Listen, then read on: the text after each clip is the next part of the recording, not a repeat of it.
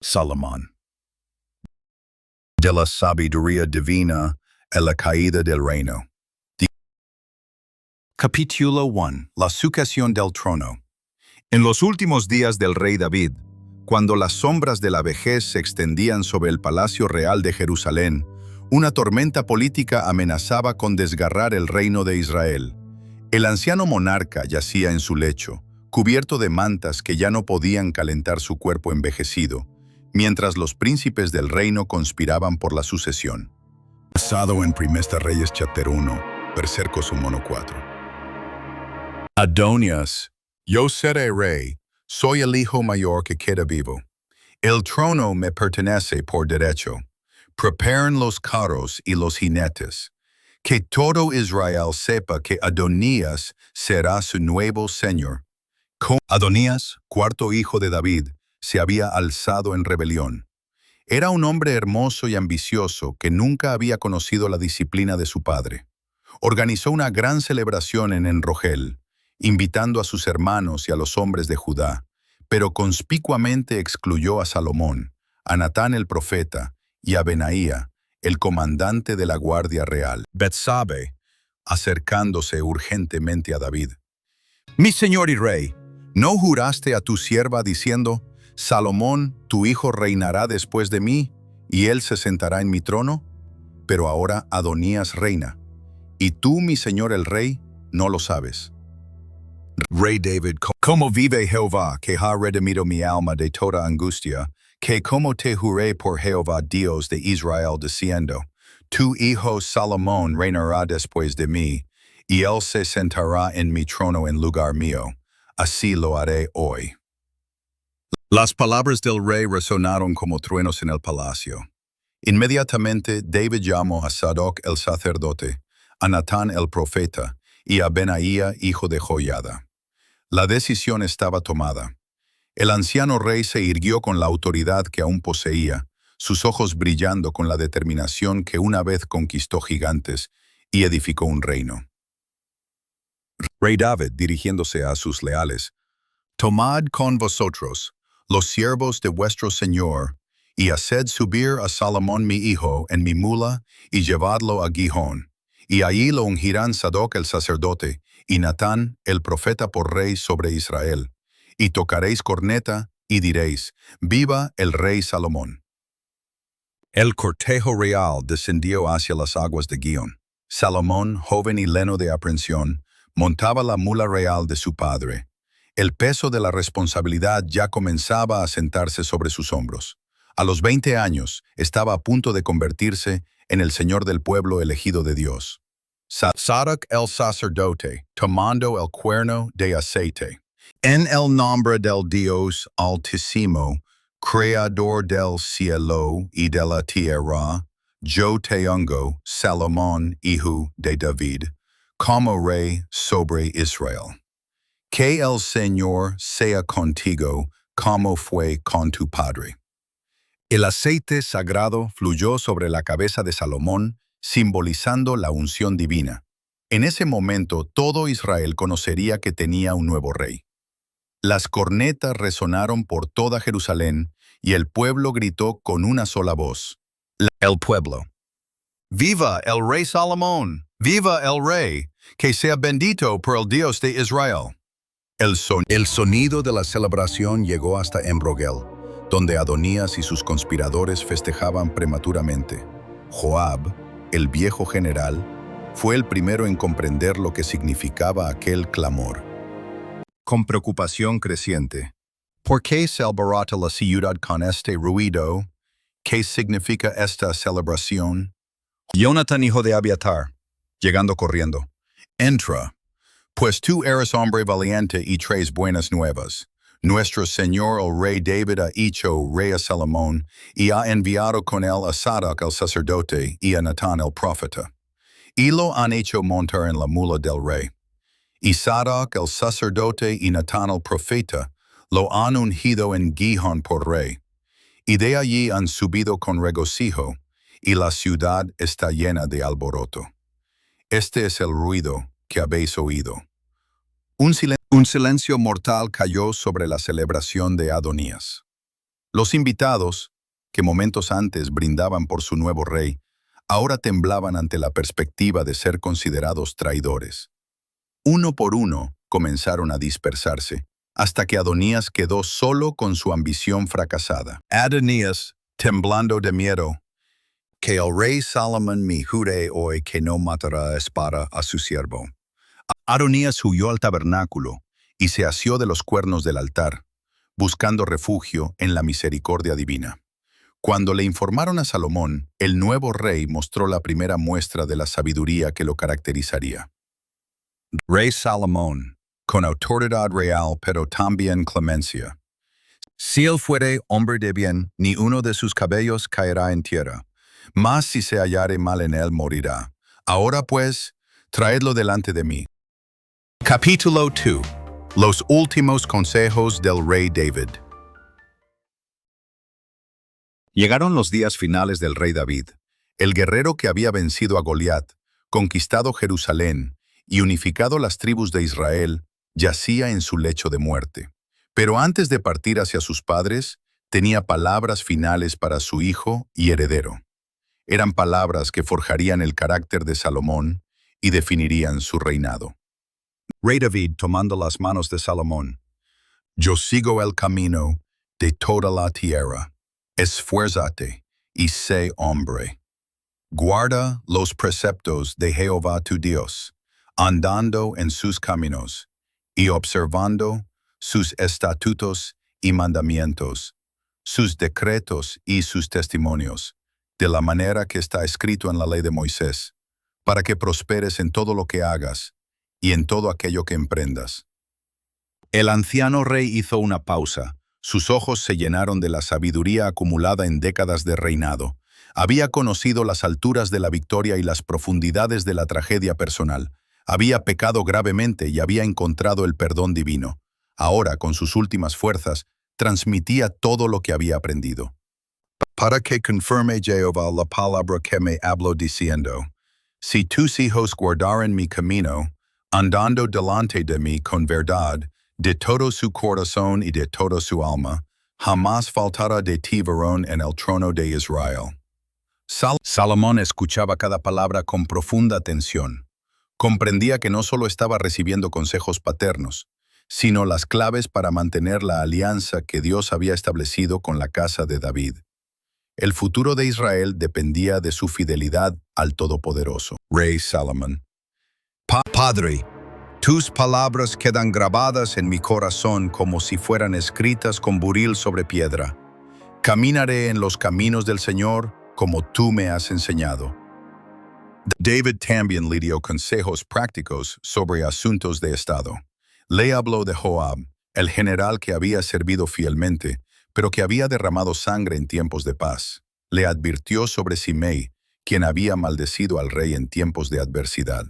Estos no eran consejos de venganza, sino lecciones de justicia y prudencia política. Rey David. También sabes tú lo que me ha hecho Joab, hijo de Sarvia. Haz pues conforme a tu sabiduría, no dejes descender sus canas al Seol en paz. Mas a los hijos de Barzilai y Galaadita harás misericordia, y serán de los convidados a tu mesa, porque ellos vinieron así a mí, cuando yo huía de Absalón tu hermano. Después de dar estos consejos finales, David cerró los ojos y descansó con sus padres. Había reinado sobre Israel 40 años, 7 años en Hebrón y 33 en Jerusalén. Su muerte marcó el fin de una era y el comienzo de otra. Salomón, con apenas 20 años, se convirtió en el único señor del reino más poderoso de la región. Los primeros actos del nuevo rey demostraron que había escuchado bien los consejos de su padre. Cuando Adonías intentó una última maniobra política pidiendo en matrimonio a Abisag la sunamita, que había cuidado a David en sus últimos días, Salomón reconoció inmediatamente la amenaza implícita a su trono. Rey Salomón, con ira justa, porque pides a Abisag la sunamita para Adonías. Demanda también para él el reino, porque él es mi hermano mayor. Para él, digo, y para Abiatar el sacerdote, y para Joab, hijo de Sarvia. Rey Salomón, durando solemnemente, Traiga Dios sobre mí el mal que quiera, si no ha hablado Adonías esta palabra contra su vida. Ahora pues vive Jehová, que me ha confirmado, y me ha puesto en el trono de David mi padre, y que me ha hecho casa, como había dicho, que Adonías morirá hoy. Estatas. La orden fue ejecutada por Benaya, hijo de Joiada. Así terminó para siempre la amenaza de Adonías. Salomón también removió a Abiatar del sacerdocio, cumpliendo la profecía contra la casa de Elí, y lo envió a sus campos en Anatot. Cuando Joab supo de estos acontecimientos, huyó al tabernáculo y se asió de los cuernos del altar, pero su refugio no le sirvió. Sus crímenes pasados finalmente habían alcanzado su juicio. Rey Salomón a Benaya: Ve, mátalo y sepúltalo, y quita de mí y de la casa de mi padre la sangre inocente que Joab derramó. En lugar de Joab, Salomón puso a Benaya sobre el ejército, y en lugar de Abiatar, puso al sacerdote Sadoc.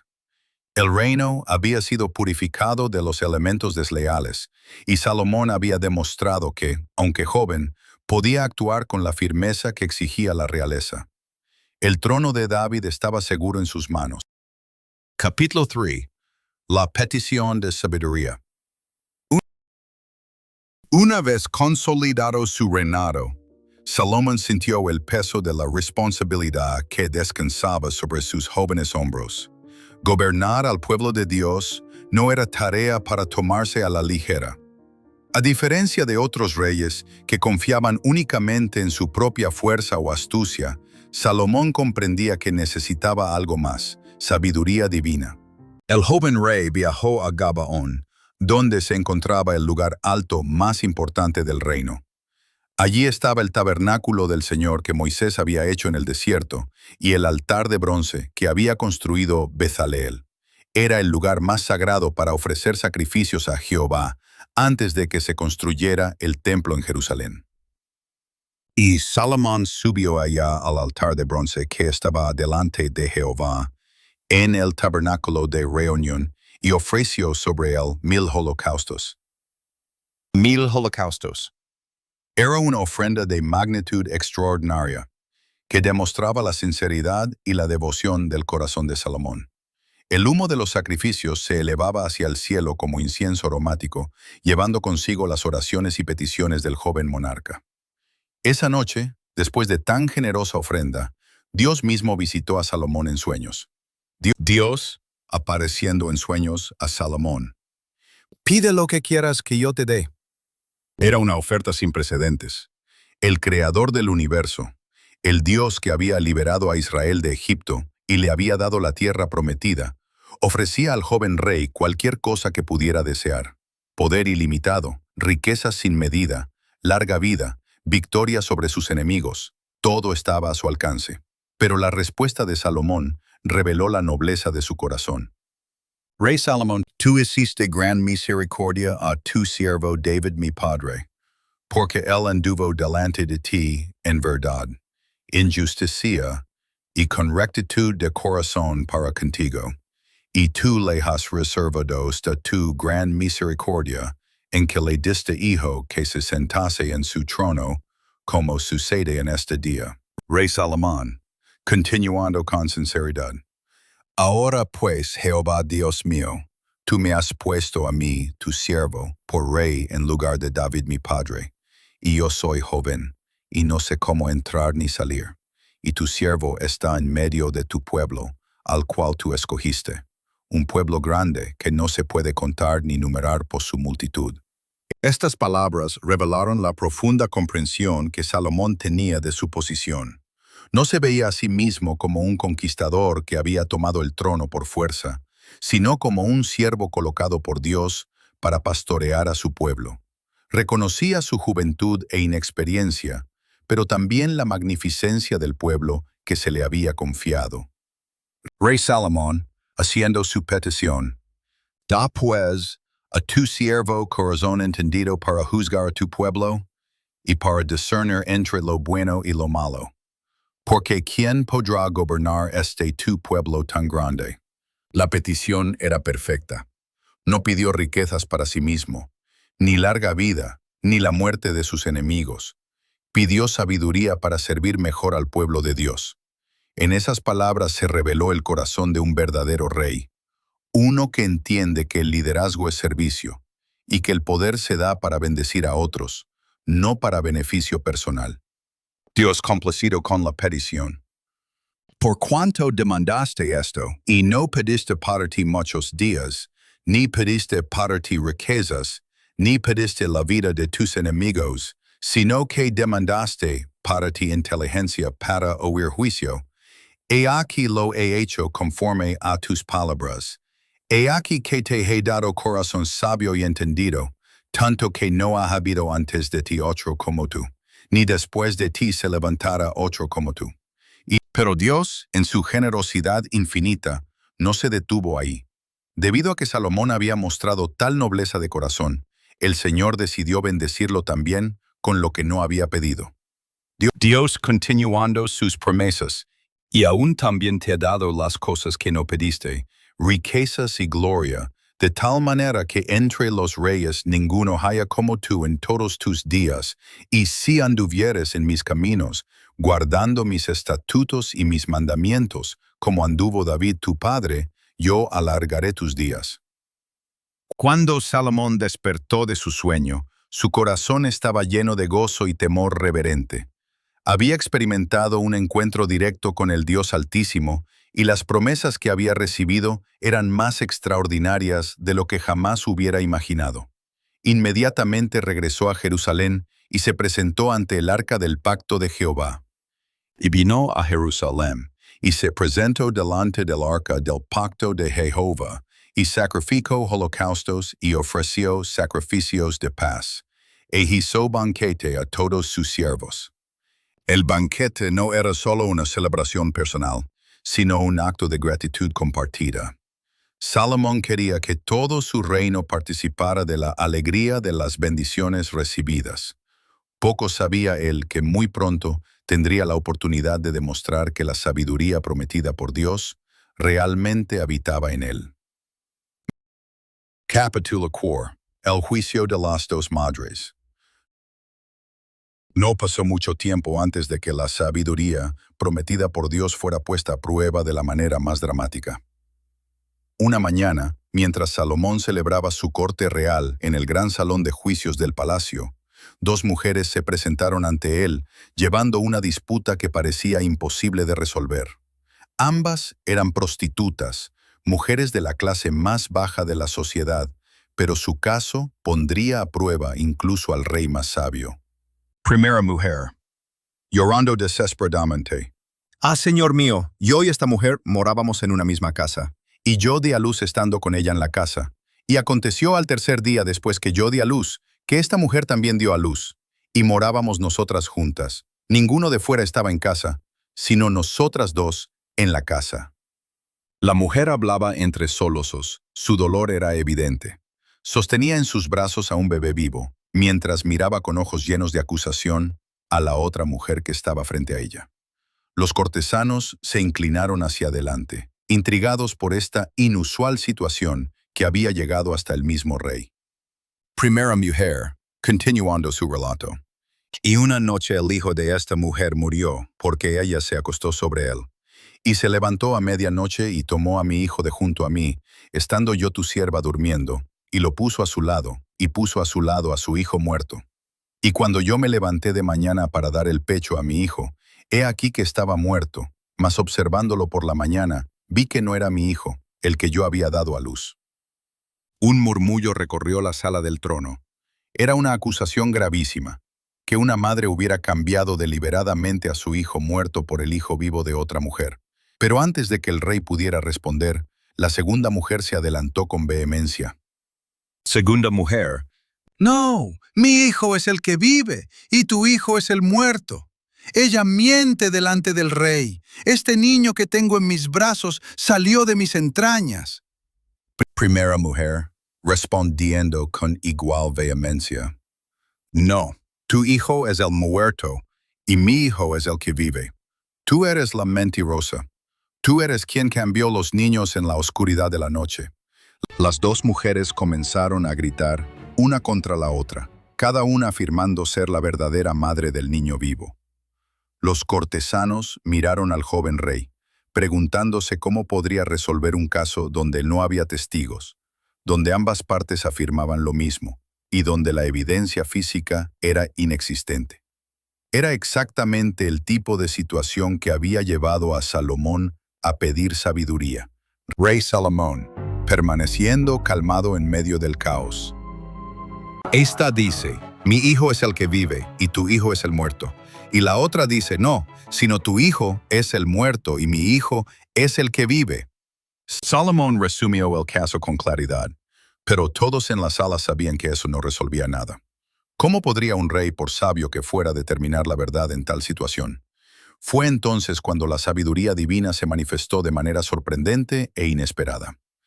Rey Salomón, dirigiéndose a un guardia, «Traedme una espada». Un silencio mortal cayó sobre la sala del trono. ¿Una espada? ¿Para qué podría querer el rey una espada en un caso de disputa maternal?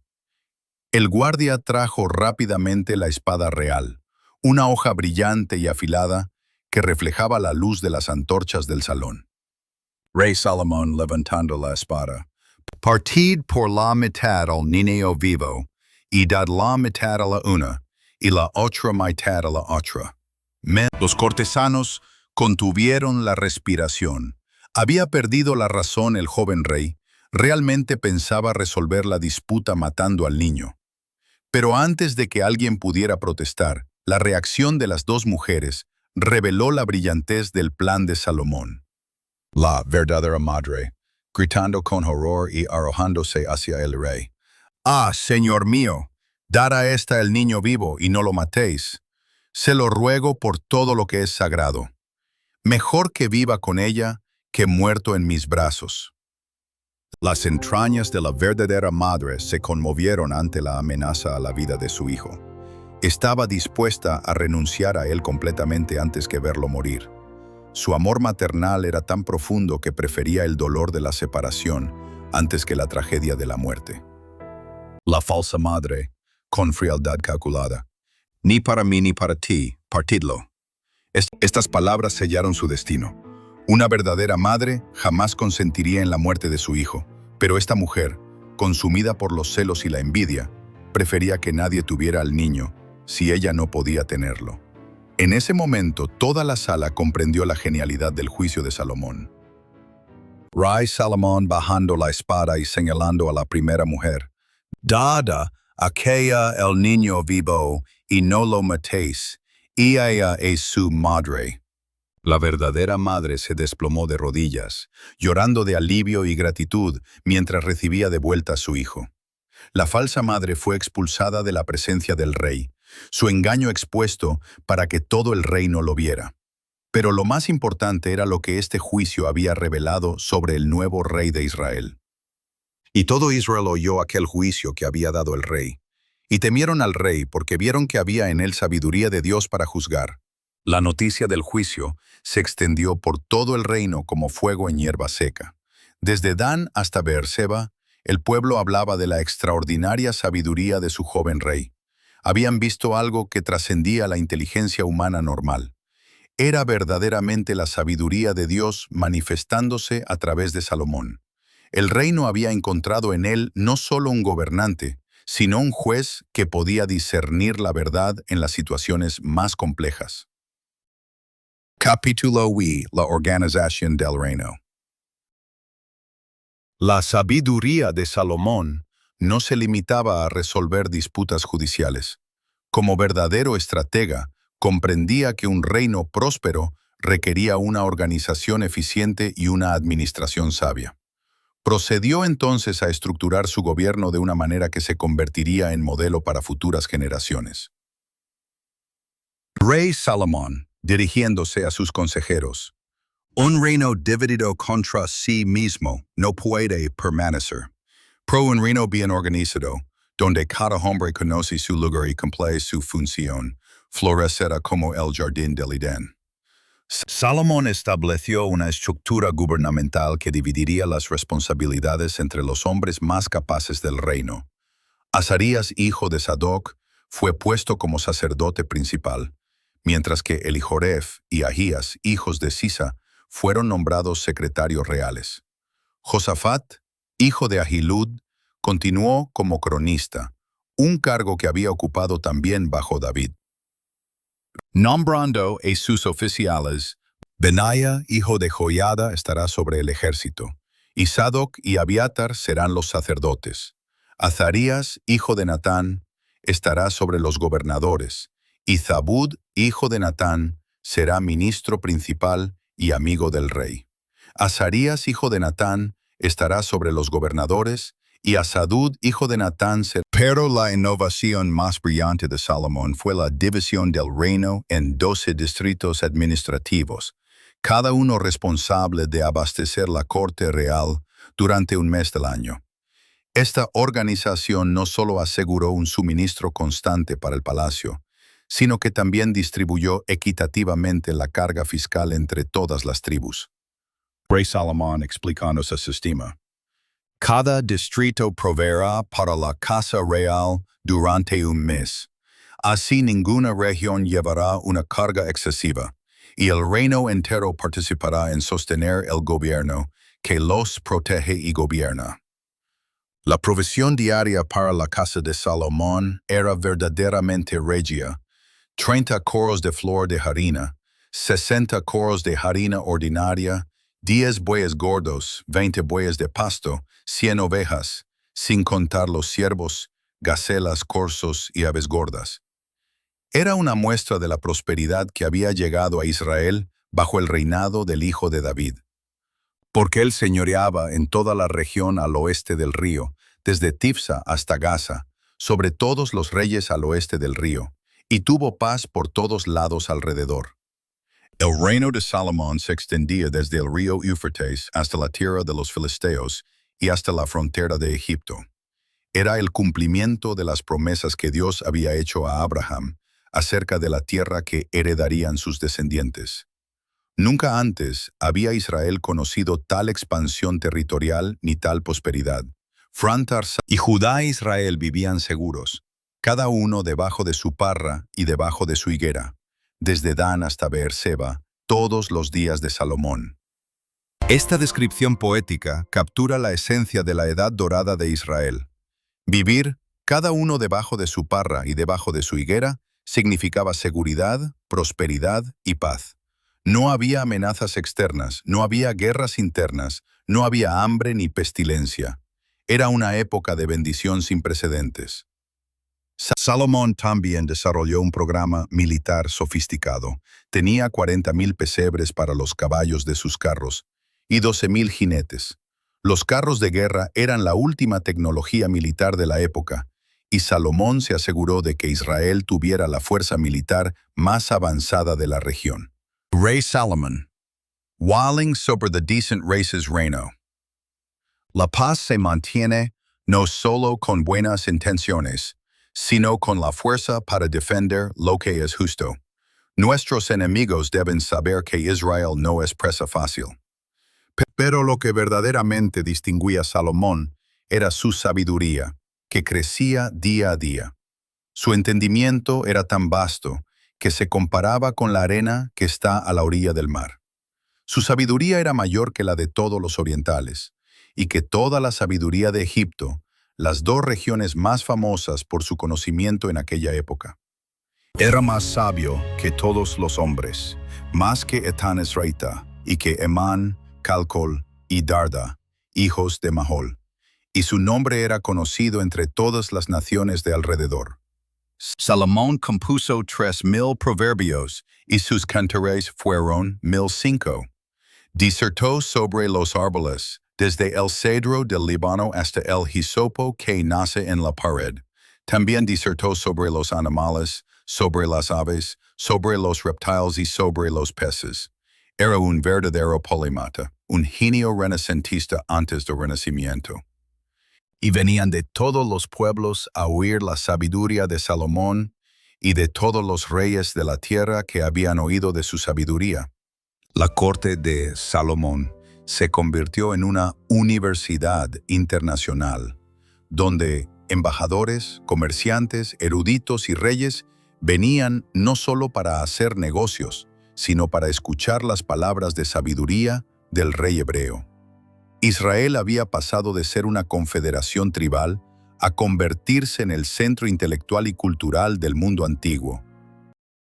Capítulo 6. La construcción del templo. En el cuarto año de su reinado, Salomón emprendió el proyecto más ambicioso de su vida, la construcción del templo de Jehová en Jerusalén. Este no sería simplemente un edificio más, sino la casa donde habitaría el nombre del Dios de Israel, el lugar central de adoración para el pueblo escogido. Mi padre David quiso edificar casa al nombre de Jehová su Dios. Mas Jehová dijo a David mi padre, cuanto a haber tenido en tu corazón edificar casa a mi nombre, bien has hecho en tener esto en tu corazón. Pero tú no edificarás la casa sino tu hijo que saldrá de tus lomos. Él edificará casa a mi nombre. Salomón comprendía que llevaba sobre sus hombros no solo sus propios sueños, sino los sueños de su padre David. El gran rey guerrero había reunido los materiales y hecho los planos, pero no había podido realizar la construcción debido a las muchas guerras que había tenido que librar. Ahora, en tiempos de paz, su hijo completaría la visión. Rey Salomón enviando mensaje a Hiram rey de Tiro. Tú sabes que mi padre David no pudo edificar casa al nombre de Jehová su Dios, por las guerras que le rodearon, hasta que Jehová puso a sus enemigos bajo las plantas de sus pies. Ahora Jehová, mi Dios, me ha dado paz por todas partes, pues ni hay adversario, ni mal que temer. Rey Salomón, continuando su propuesta. Yo, por tanto, he determinado edificar casa al nombre de Jehová mi Dios, como Jehová lo habló a David mi padre, diciendo, tu hijo, a quien yo pondré en lugar tuyo en tu trono, él edificará casa a mi nombre. Hiram rey de Tiro había sido aliado y amigo de David, y ahora extendía esa amistad a Salomón. Los fenicios eran famosos por su habilidad en la construcción y por tener acceso a los mejores materiales, especialmente los cedros del Líbano, que eran considerados la madera más fina del mundo. Hiram, rey de Tiro, respondiendo con alegría, bendito sea hoy Jehová, que dio hijo sabio a David sobre este pueblo tan grande. Hiram, rey de Tiro, aceptando la propuesta. Yo haré todo lo que tú desees acerca de la madera de cedro y la madera de ciprés. Mis siervos la llevarán desde el Líbano al mar, y yo la pondré en balsas por mar hasta el lugar que tú me señales, y allí la desataré, y tú la tomarás. Así se estableció una de las alianzas comerciales más exitosas de la antigüedad. Salomón proveería trigo y aceite para sustentar la casa de Hiram, mientras que Hiram proporcionaría la madera y la experiencia técnica necesarias para la construcción del templo. Dio pues Salomón a Hiram 20,000 coros de trigo para el sustento de su familia y 20 coros de aceite puro. Esto daba Salomón a Hiram cada año. Para el proyecto del templo, Salomón reclutó a 30,000 hombres de Israel, enviándolos al Líbano en turnos de 10,000 por mes. También empleó a 70,000 cargadores y 80,000 cortadores en el monte, sin contar los 300 oficiales principales que dirigen la obra. Tica partido. Rey Salomón, organizando la obra. Que cada piedra sea cortada y preparada en la cantera, para que cuando llegue al monte del templo, pueda ser colocada en su lugar sin ruido de martillo ni de hacha. Era un requisito extraordinario. La casa de Dios sería construida en perfecta paz y silencio. Cuando las piedras llegaran al monte del templo, cada una estaría perfectamente cortada y preparada, lista para ser colocada en su lugar designado, sin necesidad de ninguna herramienta.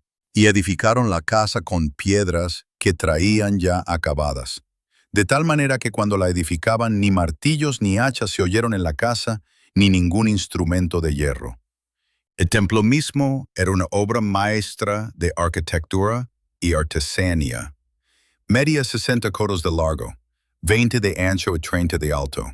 Estaba dividido en 3 secciones principales: el pórtico, el lugar santo y el lugar santísimo, donde residiría el arca del pacto. Rey Salomón oró que cada detalle sea perfecto, porque esta casa será la morada del nombre del Altísimo. El oro más puro, la madera más fina, las piedras más preciosas. Nada es demasiado bueno para aquel que nos ha bendecido tanto. El interior del templo fue recubierto de cedro tallado con calabazas y flores abiertas. Todo el interior fue cubierto de oro puro, incluyendo el altar que estaba delante del lugar santísimo. En el lugar santísimo, Salomón colocó 2 querubines de madera de olivo, cada uno de 10 codos de altura, con sus alas extendidas de manera que se tocaran en el centro del aposento. La construcción del templo tomó 7 años. Durante todo ese tiempo, Salomón supervisó personalmente cada aspecto del proyecto, asegurándose de que todo fuera hecho conforme a los planos que David había recibido por inspiración divina. Dios, hablando a Salomón durante la construcción: con respecto a esta casa que tú edificas, si anduvieras en mis estatutos e hicieras mis decretos, y guardaras todos mis mandamientos andando en ellos, yo confirmaré contigo mi palabra que hablé a David tu padre, y habitaré en ella en medio de los hijos de Israel, y no dejaré a mi pueblo Israel. Era una promesa condicional, pero maravillosa. Dios mismo habitaría en la casa que Salomón estaba construyendo, siempre y cuando el rey permaneciera fiel a los mandamientos divinos. El templo no sería simplemente un edificio hermoso, sino verdaderamente la casa del Dios viviente. Capítulo 70. La dedicación del templo. Cuando finalmente se completó la construcción del templo, Salomón convocó a todo Israel por la ceremonia de dedicación más grandes que jamás se hubiera visto. Era el mes de Etanim, en el séptimo mes, durante la fiesta de los tabernáculos, cuando todo el pueblo estaba acostumbrado a reunirse para adorar a Jehová. Rey Salomón, dirigiéndose a los ancianos de Israel: venid y subamos el arca del pacto de Jehová desde la ciudad de David, que es Sión, hasta la casa que hemos edificado para el nombre de Jehová. Todos los ancianos de Israel, los principales de las tribus y los jefes de las familias, se reunieron ante el rey Salomón. Era un momento histórico. El arca del pacto, que había acompañado a Israel desde los días de Moisés, finalmente tendría una morada permanente. Dentro del y trajeron el arca de Jehová y el tabernáculo de reunión, y todos los utensilios sagrados que estaban en el tabernáculo, los cuales llevaron los sacerdotes y levitas. La procesión que acompañó el arca fue magnífica. El rey Salomón y toda la congregación de Israel que se había reunido con él iban delante del arca sacrificando ovejas y bueyes que por la multitud no se podían contar ni numerar. Era una expresión de gozo y gratitud sin precedentes. Los sacerdotes metieron el arca del pacto de Jehová en su lugar, en el santuario de la casa, en el lugar santísimo, debajo de las alas de los querubines. Cuando los sacerdotes salieron del santuario, una nube llenó la casa de Jehová. Los sacerdotes no pudieron permanecer para ministrar por causa de la nube, porque la gloria de Jehová había llenado la casa del Señor.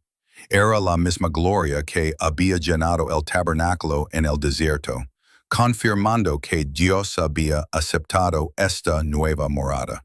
Rey Salomón: Jehová ha dicho que él habitaría en la oscuridad. Yo he edificado casa por morada para ti, sitio en que tú habites para siempre. Entonces Salomón se volvió hacia toda la multitud de Israel que estaba de pie y los bendijo. Su discurso fue una mezcla de gratitud hacia Dios, reconocimiento de las promesas cumplidas y exhortación al pueblo para permanecer fieles al Señor. Rey Salomón, bendiciendo al pueblo. Bendito sea Jehová Dios de Israel, que habló de su boca a David mi padre, y con su mano lo ha cumplido diciendo: Desde el día que saqué de Egipto a mi pueblo Israel, no he escogido ciudad de todas las tribus de Israel para edificar casa, donde estuviese mi nombre, aunque escogí a David para que fuese sobre mi pueblo Israel. Luego Salomón se dirigió al altar que había hecho construir delante del templo. Se puso de rodillas delante de toda la congregación de Israel, extendió sus manos al cielo y ofreció una de las oraciones más hermosas y completas registradas en toda la Escritura. Rey Salomón orando con gran fervor.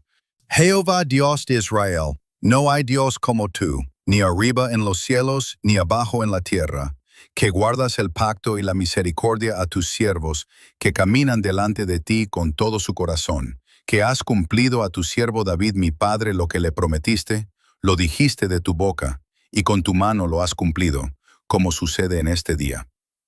La oración de Salomón abarcaba todas las posibles circunstancias en las que el pueblo de Israel podría necesitar la intervención divina. Hambre, peste, guerra, cautiverio y pecado. Para cada situación pedía que Dios escuchara desde los cielos y perdonara. Más es verdad que Dios morará sobre la tierra. He aquí que los cielos de los cielos no te pueden contener. ¿Cuánto menos esta casa que yo he edificado? Con todo tú atenderás a la oración de tu siervo y a su ruego, oh Jehová Dios mío, oyendo el clamor y la oración que tu siervo hace hoy delante de ti. Esta parte de la oración muestra la profunda comprensión teológica de Salomón. Reconocía que Dios no podía ser contenido en ningún edificio terrenal, pero al mismo tiempo creía que el Señor podía elegir manifestar su presencia de manera especial en el templo. Rey Salomón, pidiendo por los extranjeros. Asimismo, el extranjero, que no es de tu pueblo Israel, que viniere de lejanas tierras a causa de tu nombre, porque oirán de tu gran nombre, de tu mano poderosa y de tu brazo extendido.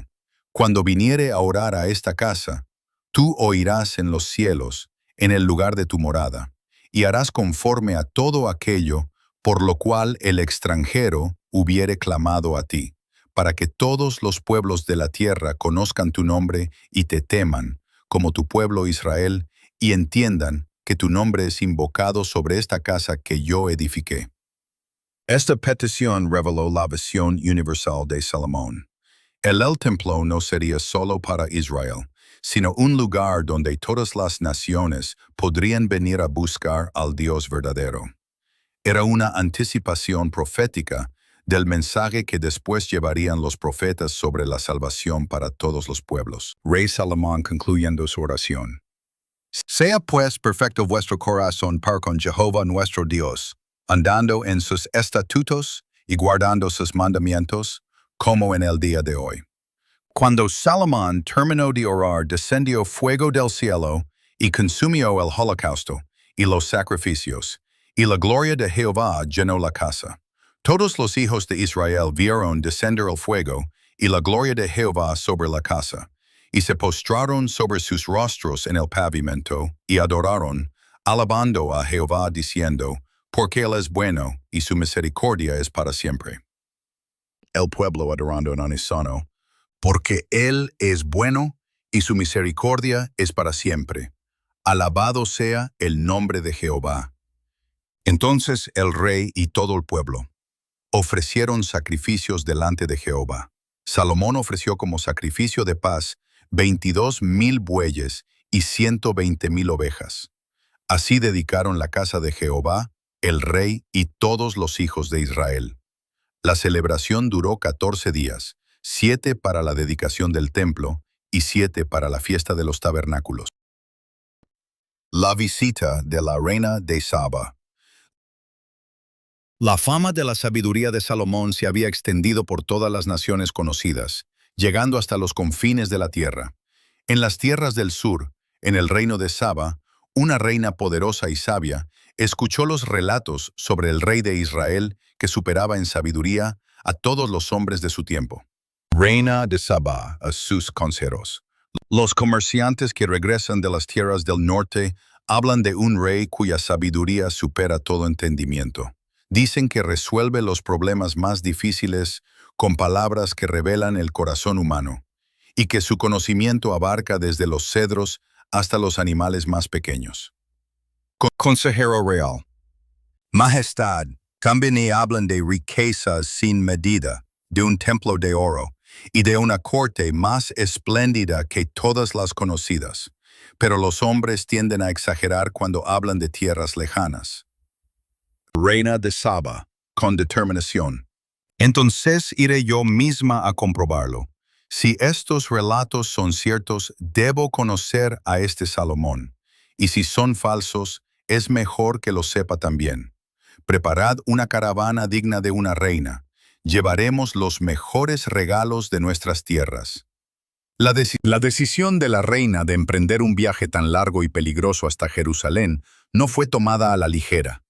Saba estaba situada en lo que hoy conocemos como Yemen y Etiopía, a más de 1000 millas de distancia. Era un viaje que tomaría meses a través de desiertos y territorios hostiles. Oyendo la reina de Saba la fama que Salomón había alcanzado por el nombre de Jehová, vino a probarle con preguntas difíciles. La caravana que organizó la reina fue verdaderamente espectacular. Llevaba camellos cargados de especias aromáticas, oro en gran abundancia y piedras preciosas. Pero su objetivo principal no era el comercio, sino poner a prueba la famosa sabiduría del rey Salomón con las preguntas más difíciles que pudiera formular. Y vino a Jerusalén con un séquito muy grande, con camellos cargados de especias, y oro en gran abundancia, y piedras preciosas. Y cuando vino a Salomón, le propuso todo lo que en su corazón tenía. Cuando la reina de Saba llegó a Jerusalén, quedó inmediatamente impresionada por la magnificencia de la ciudad y del palacio. Pero su verdadera prueba comenzó cuando se encontró cara a cara con Salomón. Había preparado cuidadosamente las preguntas más difíciles que conocía, enigmas que habían desconcertado a los sabios de su propia corte.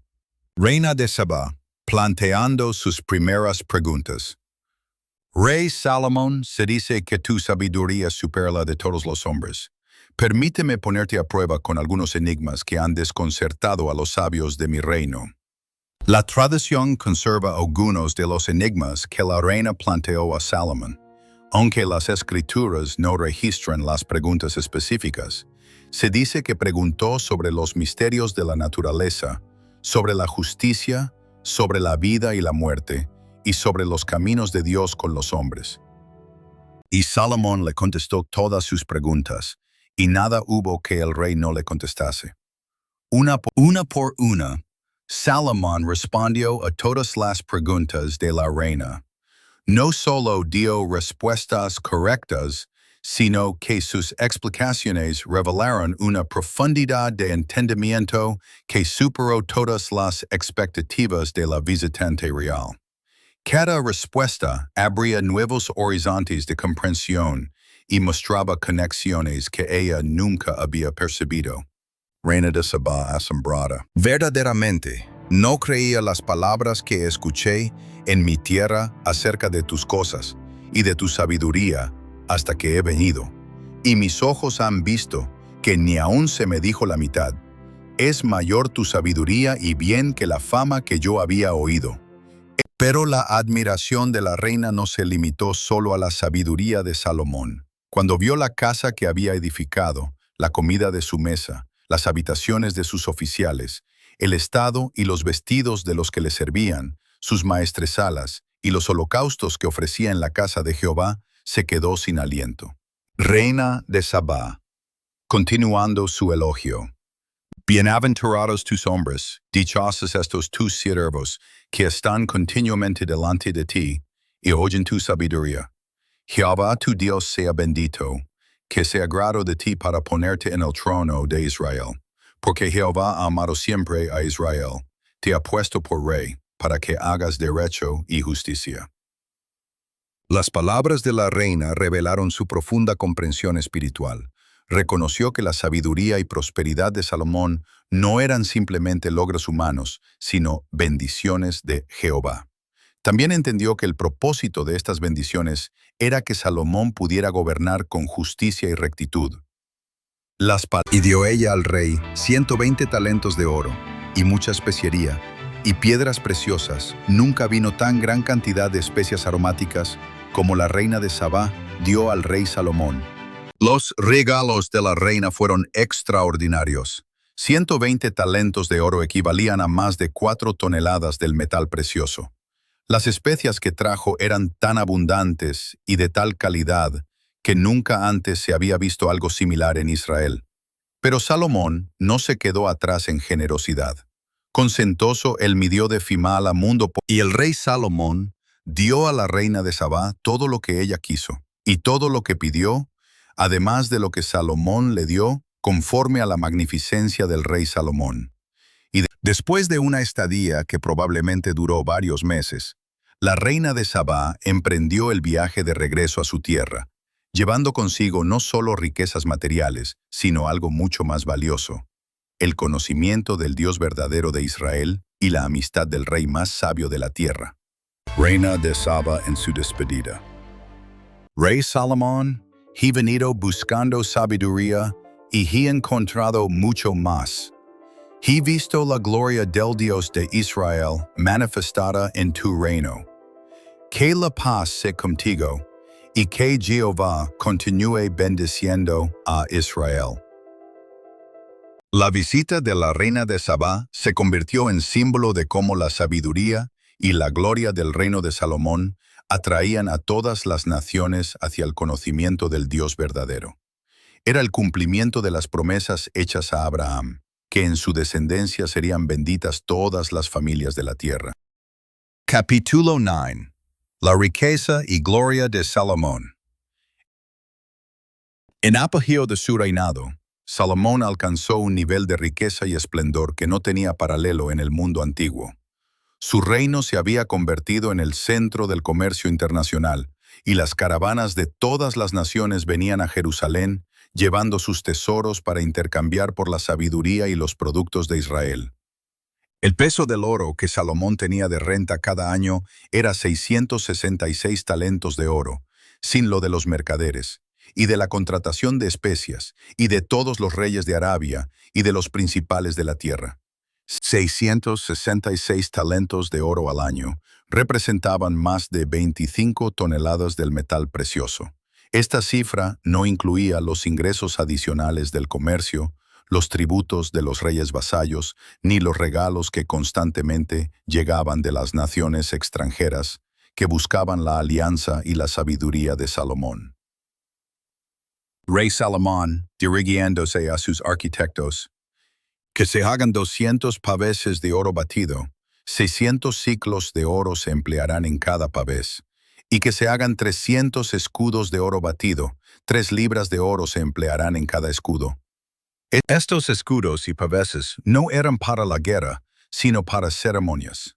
Eran símbolos del poder y la gloria del reino, exhibidos en la casa del bosque del Líbano, el gran salón que Salomón había construido como parte de su complejo palaciego. La cantidad de oro utilizada en estos objetos ceremoniales era astronómica. Rey Salomón ordenando la construcción del trono.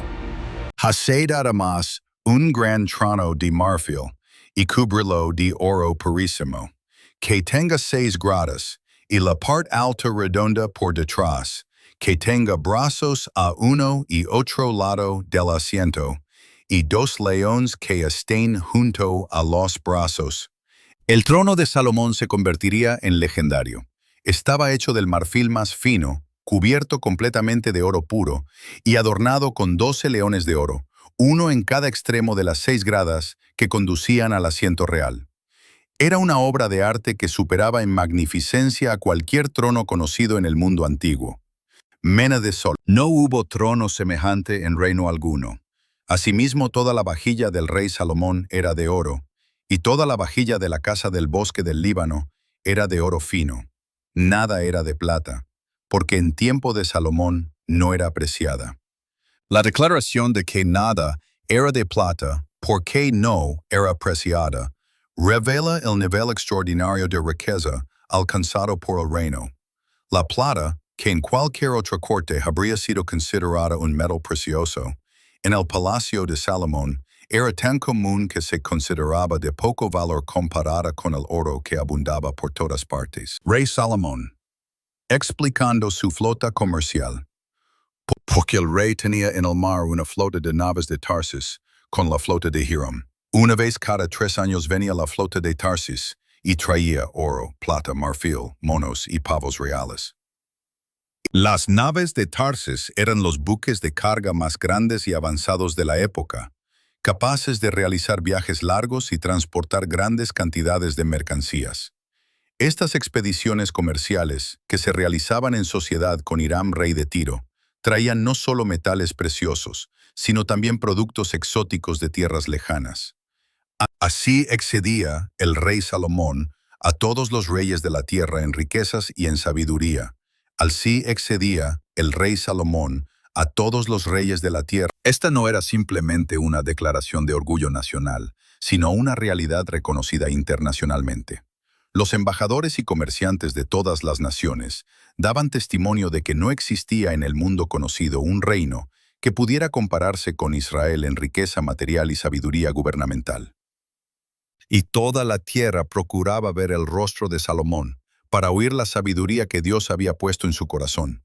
Y todos le llevaban cada año sus presentes, alhajas de oro y de plata, vestidos, armas, especias aromáticas, caballos y mulos. La corte de Salomón se había convertido en un lugar de peregrinaje internacional. Reyes, comerciantes, eruditos y embajadores venían no solo para hacer negocios, sino para escuchar la sabiduría del rey hebreo.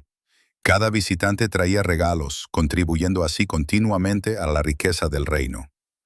Rey Salomón, expandiendo su programa militar.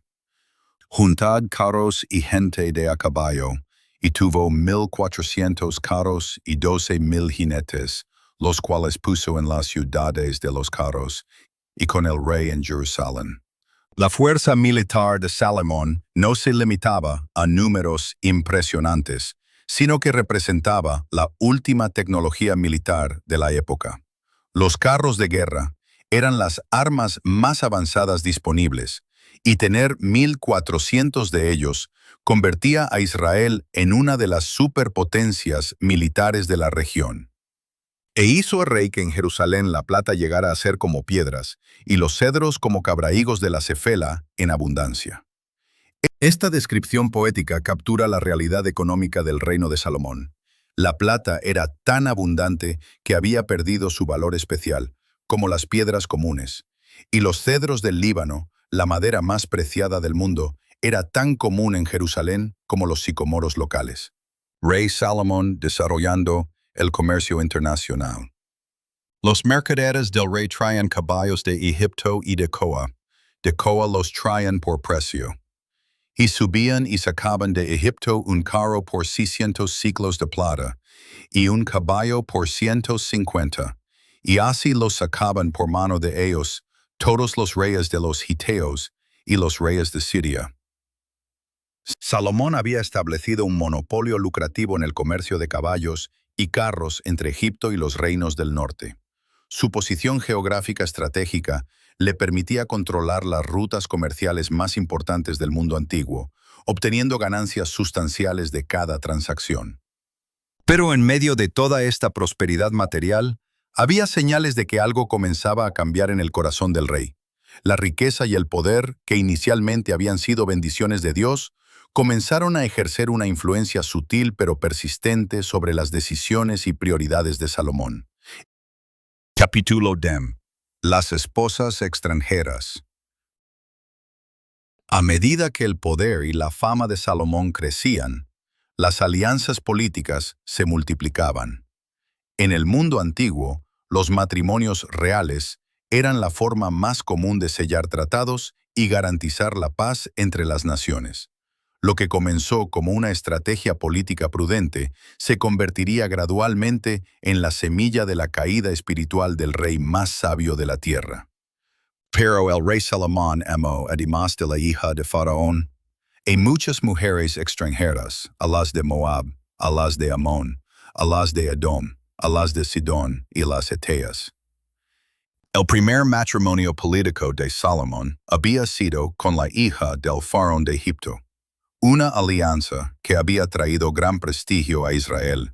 Egipto no acostumbraba dar sus princesas en matrimonio a reyes extranjeros, pero el poder de Salomón era tal que Faraón consideró ventajosa esta unión.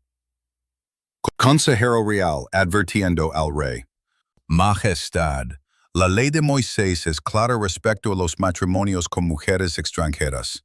¿No escribió él: no te emparentarás con ellas, no darás tu hija a su hijo, ni tomarás a su hija para tu hijo? Rey Salomón, justificando sus decisiones. Estos matrimonios aseguran la paz de Israel con naciones poderosas. ¿No es mejor tener alianzas que guerras? ¿No bendice Dios la paz más que el conflicto? Ponte. La lógica de Salomón parecía razonable desde una perspectiva política, pero ignoraba la sabiduría espiritual detrás de las leyes divinas. Dios había prohibido estos matrimonios no por prejuicio étnico, sino porque conocía el poder que tendrían las esposas extranjeras para desviar el corazón del rey hacia otros dioses altéticos de Salomón. Gente de las cuales Jehová había dicho a los hijos de Israel: no os llegaréis a ellas, ni ellas se llegarán a vosotros, porque ciertamente harán inclinar vuestros corazones tras sus dioses. Con el paso de los años, el harén de Salomón creció hasta proporciones extraordinarias.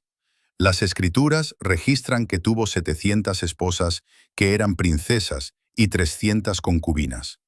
Cada una de estas mujeres representaba una alianza política, pero también traía consigo sus propias tradiciones religiosas y presiones culturales.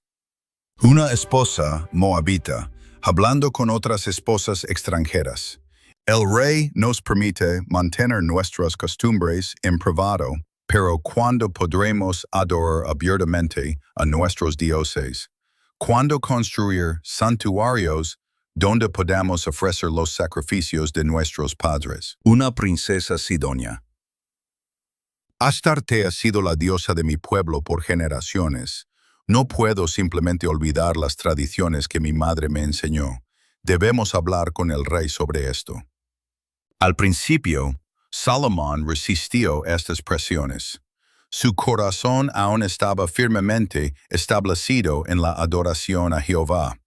Pero el constante ruego de sus esposas, combinado con su deseo de mantenerlas contentas para preservar las alianzas políticas, comenzó a erosionar gradualmente su resistencia. Está bien. Construiremos lugares altos, donde podáis adorar según vuestras costumbres. Pero esto debe hacerse discretamente, sin perturbar la adoración verdadera en el templo de Jehová. Era el primer paso en una pendiente resbaladiza que llevaría a Salomón cada vez más lejos de la devoción pura que había caracterizado sus primeros años de reinado. Lo que comenzó como una concesión limitada, pronto se expandió a una tolerancia más amplia de las prácticas paganas. Entonces edificó Salomón un lugar alto a Chemos, ídolo abominable de Moab, en el monte que está enfrente de Jerusalén, y a Moloch, ídolo abominable de los hijos de Amón. El simbolismo era devastador. En el mismo monte donde se alzaba el templo de Jehová, ahora también se levantaban altares a dioses paganos. Chemos y Moloch eran deidades particularmente repugnantes, asociadas con sacrificios humanos, especialmente de niños. Era una contradicción directa con todo lo que representaba la fe de Israel. Así hizo también para todas sus mujeres extranjeras, las cuales ofrecían incienso y ofrendaban a sus dioses. La construcción de estos lugares altos no fue un acto impulsivo, sino una política sistemática. Salomón construyó santuarios para todas las religiones de sus esposas extranjeras, permitiendo que cada una mantuviera sus prácticas religiosas tradicionales. En su mente, probablemente creía que estaba siendo tolerante y diplomático. Un sacerdote de Jehová, lamentándose en privado: ¿qué le ha pasado a nuestro rey? Él mismo que dedicó el templo con la oración más hermosa jamás pronunciada, Ahora permite que se levanten altares a dioses falsos en la ciudad santa. Sacerdote, las esposas extranjeras han hecho lo que ningún enemigo pudo hacer. Han conquistado el corazón del rey sin derramar una gota de sangre. La profecía de Moisés se está cumpliendo ante nuestros ojos. Pero lo más trágico no era solo la construcción de los altares paganos, sino lo que estos representaban. El alejamiento gradual del corazón de Salomón del Dios que lo había bendecido tan abundantemente. La sabiduría que una vez lo había distinguido comenzó a verse comprometida por decisiones que contradecían claramente la voluntad divina. Y cuando Salomón era ya viejo, sus mujeres inclinaron su corazón tras dioses ajenos, y su corazón no era perfecto con Jehová su Dios, como el corazón de su padre David. Esta declaración marca el punto de inflexión en la vida de Salomón.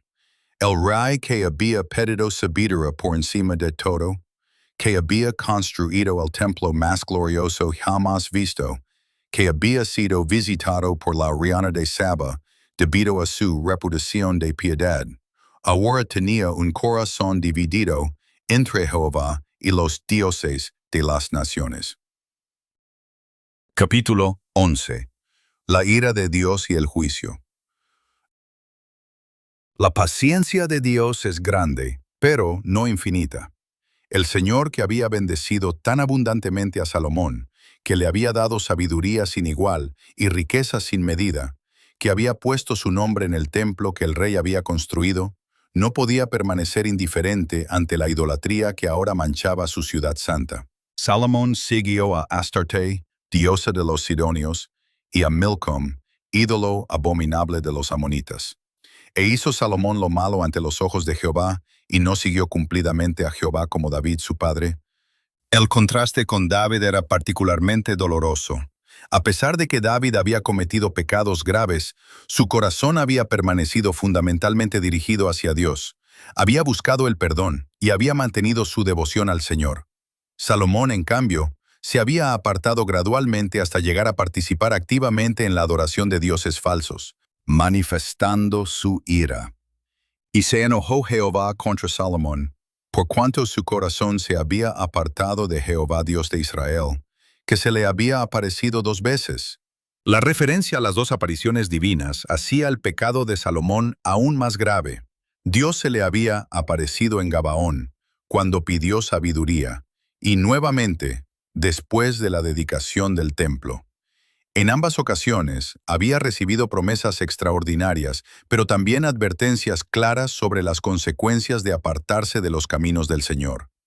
Dios, recordando sus advertencias previas, y le había mandado acerca de esto, que no siguiese a dioses ajenos, mas él no guardó lo que le mandó Jehová.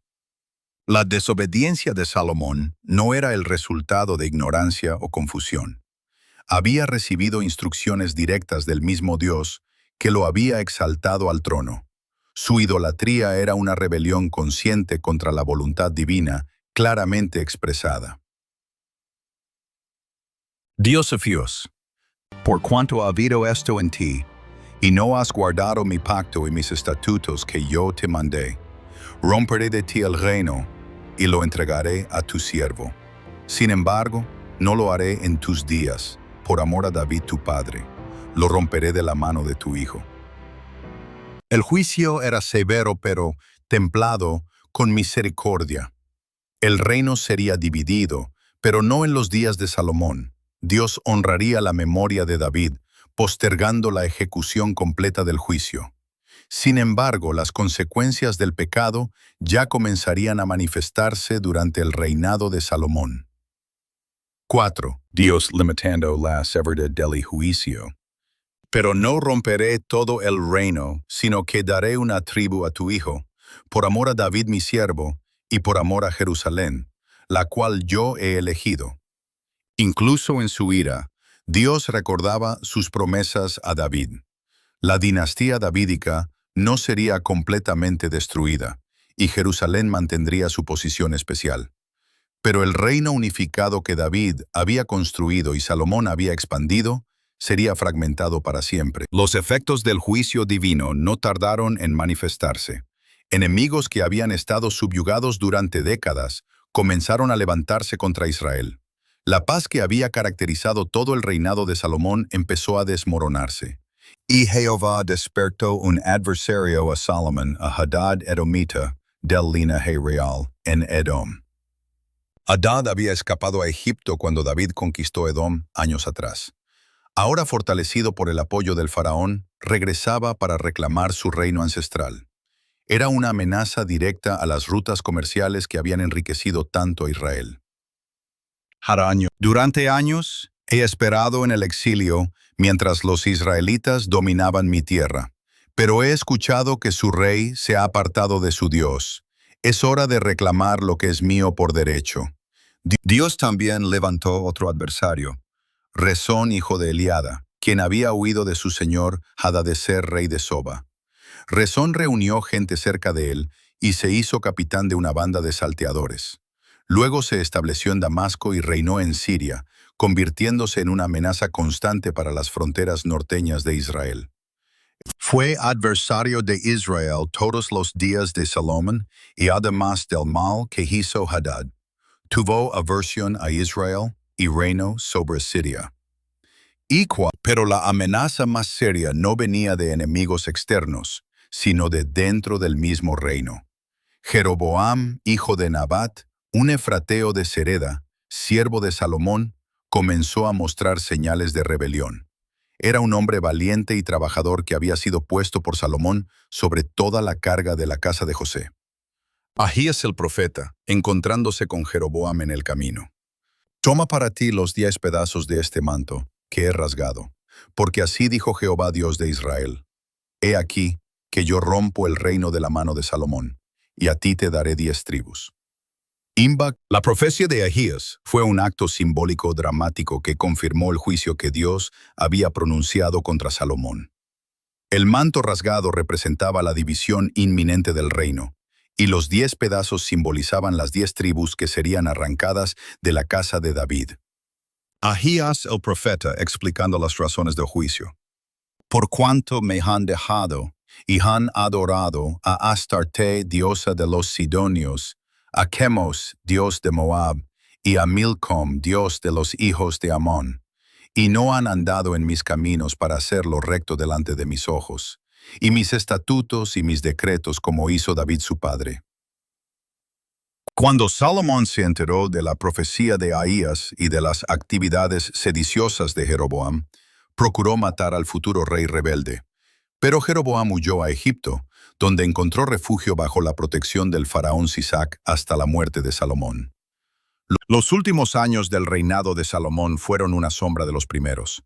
El rey que había sido conocido por su sabiduría, ahora tomaba decisiones que revelaban un corazón confundido.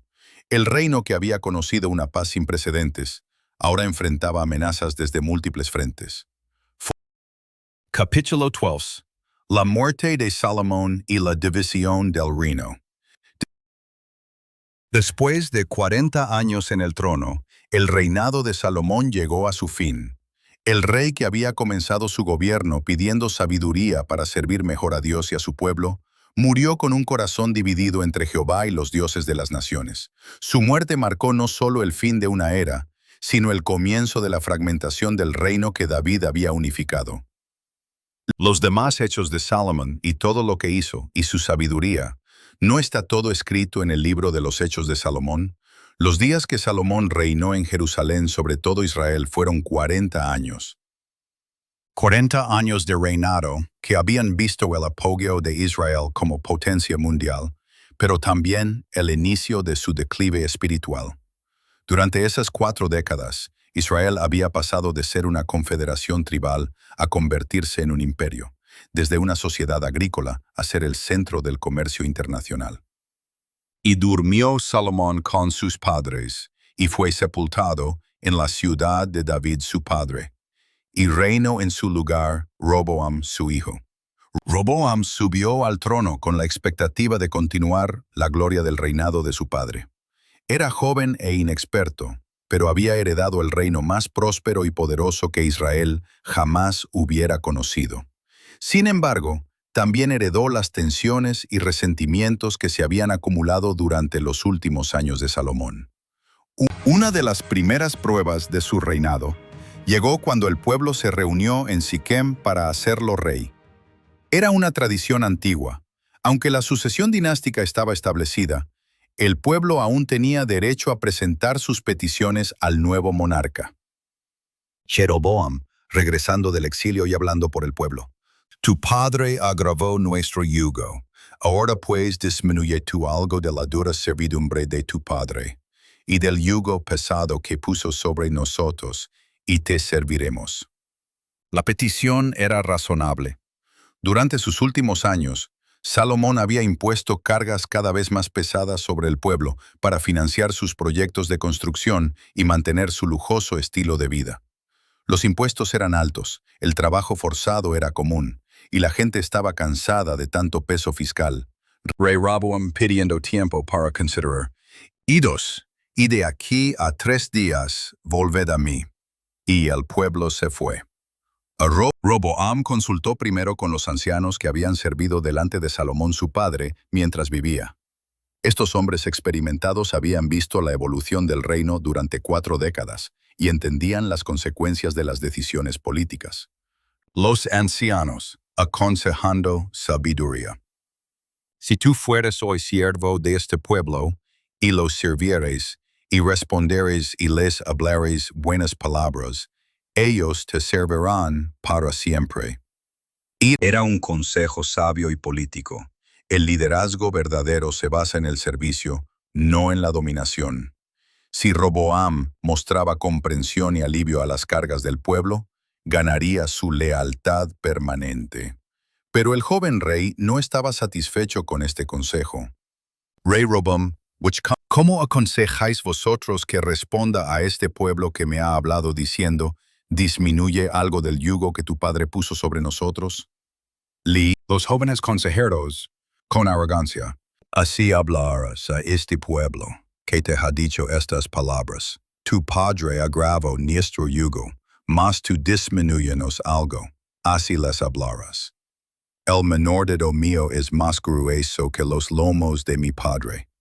Ahora pues mi padre os cargo de yugo pesado, mas yo añadiré vuestro yugo. Mi padre os castigo con azotes, mas yo os castigaré con escorpiones. Era exactamente la respuesta equivocada. Los jóvenes consejeros, criados en el lujo del palacio y sin experiencia del mundo real, confundieron la fuerza con la brutalidad y el liderazgo con la intimidación. Su consejo reveló una completa falta de comprensión de la situación política del reino. Cuando el pueblo regresó al tercer día, Roboam les dio la respuesta que había decidido seguir. Desechó el consejo de los ancianos sabios y siguió el consejo de los jóvenes inexpertos.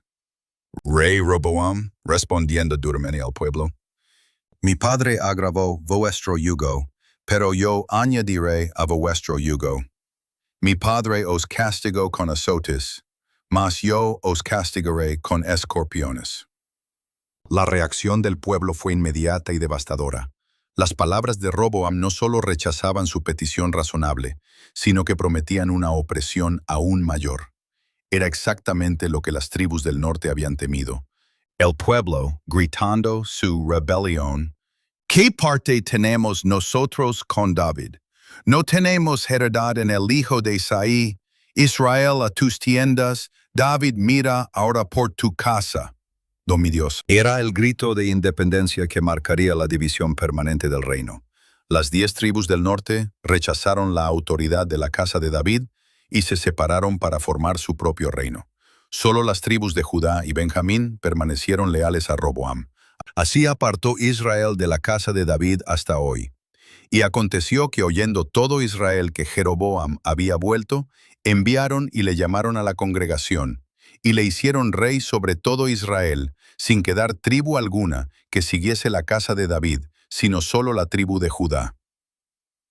La profecía de Ahías se había cumplido exactamente como fue pronunciada. Jeroboam, el siervo de Salomón que había huido a Egipto, Ahora regresaba para convertirse en rey de las 10 tribus del norte, el reino unificado que David había forjado y Salomón había llevado a su apogeo, ahora se fragmentaba para siempre.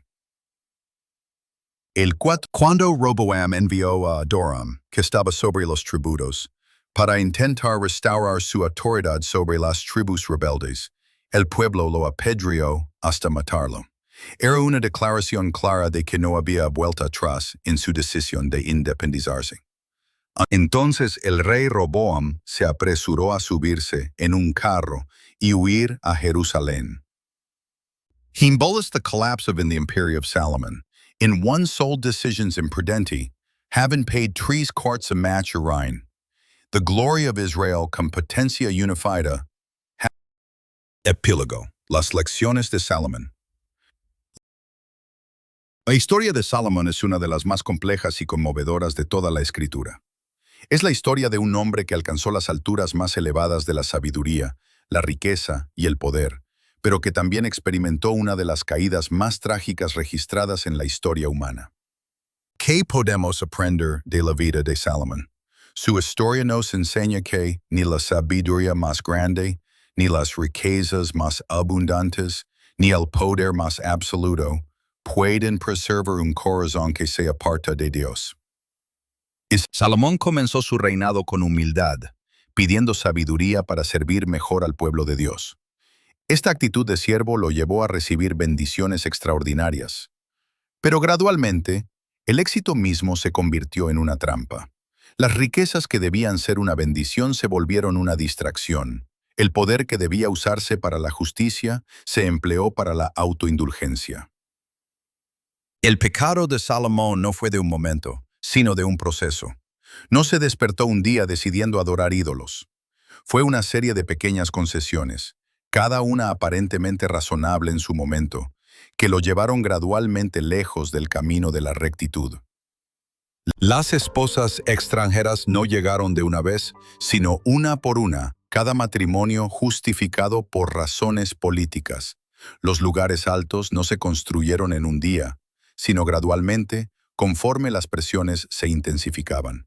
La adoración de dioses falsos no comenzó con devoción total, sino con tolerancia que se convirtió en participación. La sabiduría de Salomón nos enseña que el conocimiento intelectual no es suficiente para preservar la fidelidad espiritual. Uno puede conocer la voluntad de Dios y aún así elegir desobedecerla cuando las presiones de la vida se intensifican. El legado de Salomón es mixto. Sus contribuciones al conocimiento humano, a la literatura sapiencial y a la arquitectura fueron extraordinarias. El templo que construyó se convirtió en el centro de la adoración judía durante siglos. Sus proverbios siguen siendo fuente de sabiduría práctica para millones de personas. Pero su mayor legado puede ser la lección que su vida enseña sobre las consecuencias de apartarse de Dios. Ningún logro humano, por impresionante que sea, puede compensar la pérdida de la relación con el Creador. La división del reino que resultó de sus decisiones afectó a Israel por el resto de su historia. Nunca más las 12 tribus se unirían bajo un solo rey.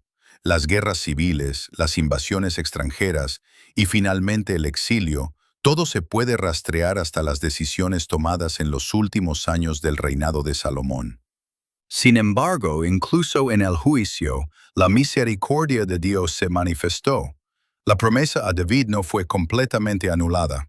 Una tribu permaneció fiel, y de esa tribu vendría eventualmente el Mesías prometido, el verdadero rey que nunca se apartaría de la voluntad del Padre.